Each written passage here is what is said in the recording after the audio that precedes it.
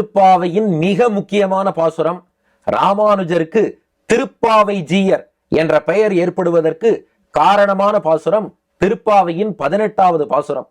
இந்த பாசுரத்துல காட்சி மாறுகிறது. என்னன்னா, இதுவரை கண்ணன் குழந்தை போல பெற்றோர்களோடு சயனித்திருந்தான் அல்லவா. பகவான் திருமேனிங்கிறது உலகியலுக்கு அப்பாற்பட்டது. அதனால திடீர்னு அடியார்களுக்கு அவர்கள் விரும்பும் திருக்கோலத்துல எப்படி வேணாலும் காட்சி அளிப்பான். அதனால இப்ப என்ன ஆயிடுத்து, ஒரு ஏகாந்தமான அறையிலே இளைஞனாக மாறுகிறான் கண்ணன். நமக்குன்னா எவ்வளவு காம்ப்ளான் குடிச்சாலும் குழந்தை 10 வயசுக்கு அப்புறம் வேணா அது இளைஞனா மாறும். ஆனா கண்ணன் தன் சங்கல்பத்தாலேயே இளைஞனா மாறிடுவான் இல்லையா. அதனால கண்ணன் இளைஞனாகிறான்.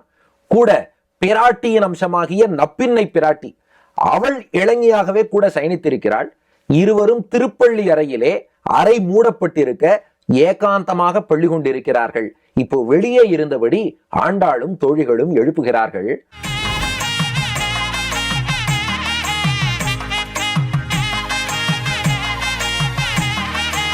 முதல்ல போன பாசுரத்திலேயே கண்ணனை எழுப்பினோம். ஏன் ரெஸ்பாண்ட் பண்ணல? கன்னிகை இல்லாத கல்யாணமா, மகாலட்சுமி இல்லாத பெருமாளா, பனி இல்லாத மார்கழியா, படை இல்லாத மன்னவரா, இனிப்பில்லாத முக்கனியா, இசை இல்லாத முத்தமிழா? அப்போ பிராட்டியை எழுப்பாம பெருமாளை எழுப்பினா எழுந்து பாரா? அப்போ அந்த பிராட்டியான நப்பின்னையை எழுப்புவோம் என்று எழுப்புகிறார்கள்.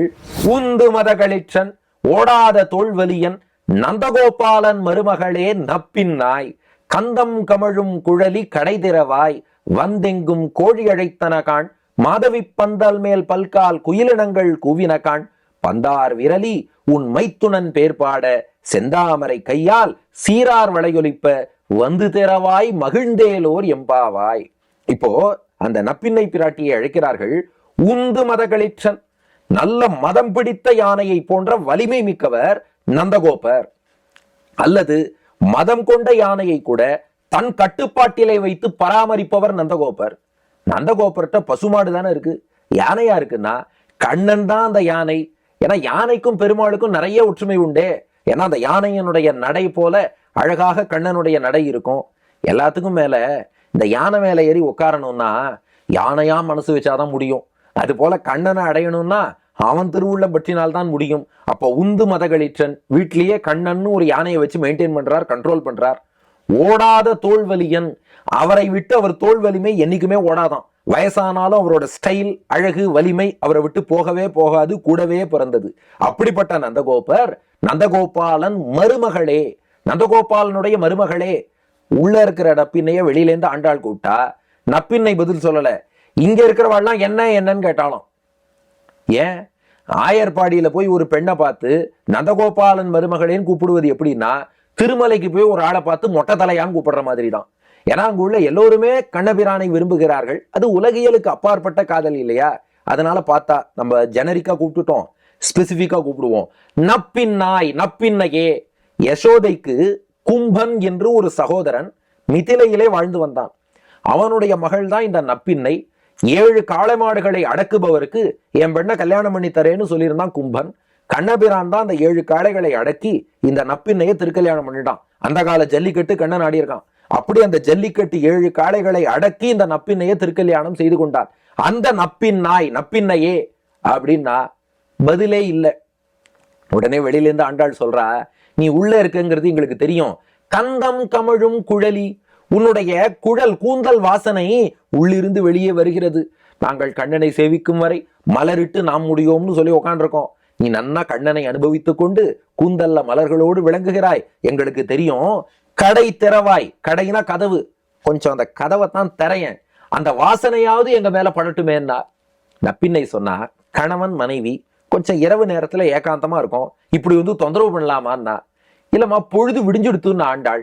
விடிந்ததற்கு என்ன அடையாளம்னா நப்பின்னை. மறுபடியும் முதல்ல இருந்தா இத்தனை பெண்களுக்கெல்லாம் விடிந்ததற்கு அடையாளம் சொல்லி எழுப்பி வந்தா நப்பின்னை மறுபடியும் விடிஞ்சொடுத்தா என்ன அடையாளம்னா, ஆமாம், வந்தெங்கும் கோழி அழைத்தன கான், கோழி கூவி விட்டது. மாதவி பந்தல் மேல், மாதவி பந்தல்னா குறுக்கத்தி பூ பந்தல். இன்னைக்கும் அழகர் மலையில சேவிக்கலாம் இந்த மாதவி பந்தல் என்றே அங்கே அந்த மண்டபத்தை குறிப்பிடுவார்கள். கும்பகோணத்திலையும் இந்த குறுக்கத்தி பூ தான் தல விருட்சமாகவே அமைந்துள்ளது. அந்த மாதவி பந்தல் மேல், குறுக்கத்தி பூ பந்தல் மேலே பல்கால் பலமுறை குயிலினங்கள் கூவின கான். குயில்கள்லாம் கூட கூவுறது பாரு, பொழுது விடிந்து விட்டதே அப்படின்னா. நப்பின்னை சொன்னா, நீங்க தான் ஏதோ கூவ வச்சுட்டேன்னு நினைக்கிறேன், எனக்கு நம்பிக்கை இல்லை, எனக்கு எப்போ பொழுது விடிஞ்சுடுத்துன்னு தோன்றதோ அப்பதான் நான் எழுந்து போயிட்டா. இவர்கள் பார்த்தார்கள். பந்தார் விரலி, நப்பின்னையே நீ எப்படி சயனிச்சுட்டு இருக்க தெரியுமா? ஜன்னல் வழியா நாங்க எட்டி பார்த்தோம். ஒரு கையால் பந்தை அணைத்து கொண்டு மறு கையால் கண்ணனை அணைத்து கொண்டு சயனிச்சென்ற காலம். இந்த பந்துங்கிறது நாரங்களாகிய உயிர்களை குறிக்கிறது. கண்ணபிரான் நாராயணன், பிராட்டியான மகாலட்சுமி என்ன பண்றா? ஒரு கையில நாரம்ங்கிற உயிர்களை வச்சுருக்கா, மறுகையில நாராயணன்கிற பகவானையே வைத்திருக்கிறாள். இருவரையும் இணைப்பவள் பிராட்டி. அதை உணர்த்தும் விதமாக பந்தார் விரலி, கையிலே பந்தை அணைத்து கொண்டு சயனித்திருக்கிறாயே, பந்தாட்டத்தில் கண்ணனை வென்றதற்கு அடையாளமாக பந்தோடு சயனித்திருப்பவளே, உன் மைத்துனன் பேர்பாட. நாங்க எதுக்கு தெரியுமா வந்தோம்? மைத்துனன்னா அத்தை மகன், கணவன் அர்த்தம். உன் மைத்துனனாகிய கண்ணன் பந்தாட்டத்துல உங்ககிட்ட தோத்து போனானே, அதை கிண்டல் பண்ணி பாட வந்திருக்கோம். பேர் பாடுதல்னா அப்படி கொஞ்சம் நகைச்சுவையா பாடுவது, அப்படி பேர் பாட அதற்காகத்தான் வந்தோம். நீ என்ன பண்ணணும்? எங்களுக்காக கதவை திறக்கணும்னா.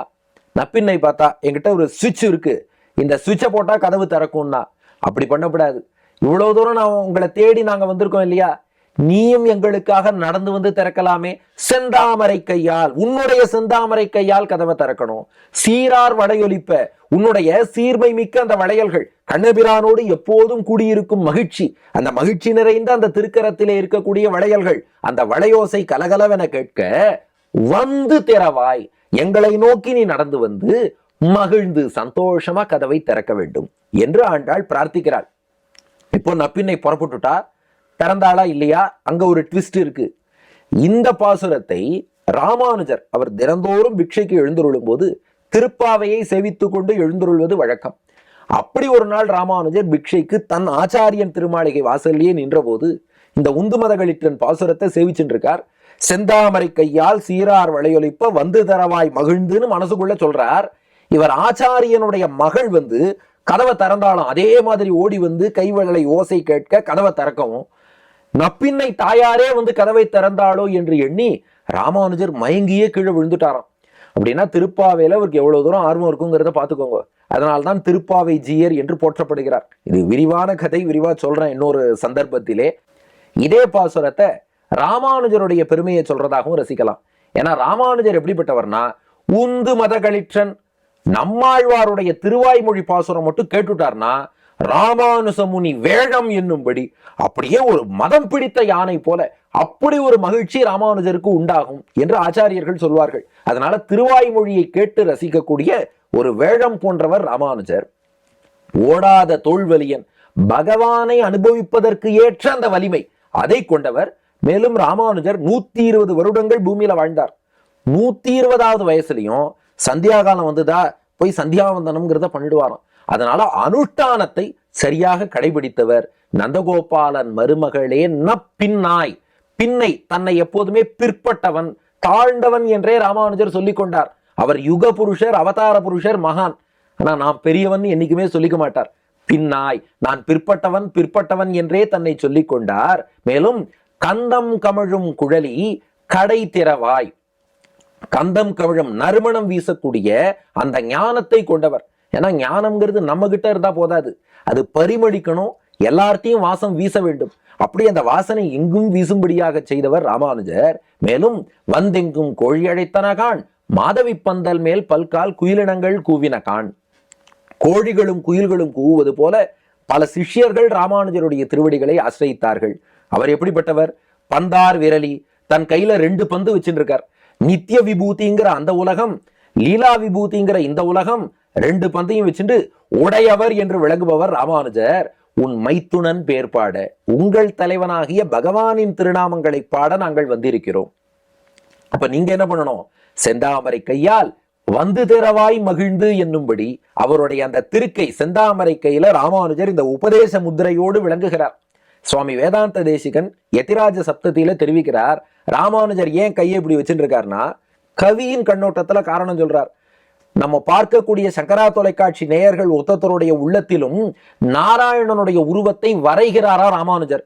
வரையும் போது கையை இப்படித்தானே வச்சுன்னு வரைவோம். அதனாலதான் இந்த உபதேச முத்திரையோடு ராமானுஜர் விளங்குகிறார் என்று தெரிவிக்கிறார். அந்த திருக்கரங்களாலே கொஞ்சம் எங்களுடைய உள்ள கதவு அடைக்கப்பட்டிருக்கிறது, அதை உங்கள் திருக்கரங்களாலே திறந்து நாராயணனுடைய உருவத்தை வரைய வேண்டும்னு ராமானுஜரையே அழைப்பதாக கூட இதே பாசுரத்தை ரசிக்கலாம்.